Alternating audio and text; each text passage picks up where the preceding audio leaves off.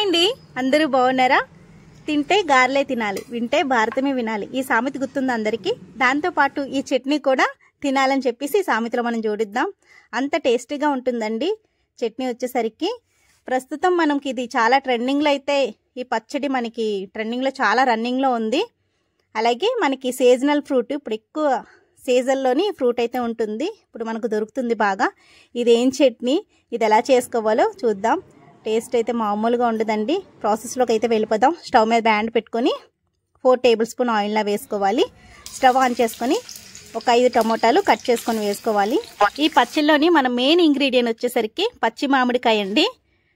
ఇది పచ్చిగా ఉంటుంది కదా, చక్కగా పుల్లగా ఉంటుంది. ఆ మామిడికాయ అయితే నేను మీడియం సైజ్ అయితే తీసుకొని ముక్కలు కట్ చేసుకొని తొక్కలతోటి వేసేసుకుంటున్నాను. మనకి ఉడికిపోయాక తొక్కలు అయితే చక్కగా వచ్చేస్తాయి. మీడియం సైజు టమోటా అయితే ఒక 6 వేసుకోండి. పెద్ద సైజు టమోటా అయితే ఒక 5లా వేసుకొని ఒక 5 పచ్చిమిర్చి, పొడవు పచ్చిమిర్చి కారంగా ఉంటాయి కదా, అవి అయితే వేసుకోవాలి. అలాగే వెల్లుల్లి రెబ్బలు దంచుకొని ఒక 8 వెల్లుల్లి రెబ్బలు వేసుకొని చక్కగా లో ఫ్లేమ్లోని మూత పెట్టేసుకొని బాగా మగ్గించాలి. ఇది మనకి తొందరగానే మగ్గిపోతుంది. ఈ పచ్చడి వచ్చేసరికి చక్కగా దగ్గరికి అయితే మగ్గిపోయాక మనకి తొక్క కూడా చాలా ఈజీగా వచ్చేస్తుంది. ఇది కంప్లీట్గా చల్లారిపోవాలండి. దేనిలోకైనా టేస్ట్ అయితే అద్భుతంగా ఉంటుంది. ఇది ఒకసారి అలా మిక్స్ చేసుకొని స్టవ్ ఆఫ్ చేసుకొని కంప్లీట్గా చల్లారిపోయాక మనకి టమోటో అలాగే మామిడికాయ ఉన్నాయి కదా, చక్కగా గుజ్జు అలా తీసుకోవాలి. తొక్కను సపరేట్ చేసి గుజ్జు మాత్రమే మిక్సీ జార్లో అయితే వేసుకోవాలి. చాలా తొందరగా వచ్చేస్తుందండి. మనకి పచ్చడి క్వాంటిటీని బట్టి మామిడికాయ అయితే వేసుకోవాలి. నేను ఇక్కడ 5 టమోటాలు తీసుకున్నాను కదా, దానికి మీడియం సైజు మ్యాంగో అయితే వేస్తున్నాను. మ్యాంగో కూడా చాలా పుల్లగా ఉంది.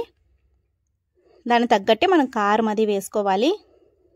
కారం వెల్లుల్లి వేసుకుంటే మంచిగా ఉంటుంది పచ్చడి. ఇవన్నీ వేసాక రుచికి తగినంత ఉప్పు అయితే వేసుకోవాలి. నేను కల్లుప్పు వేసుకుంటున్నాను. అలాగే 1 టేబుల్ స్పూన్ కారం వేస్తున్నాను. పచ్చిమిర్చి కారం 2 మనం వేస్తున్నాం.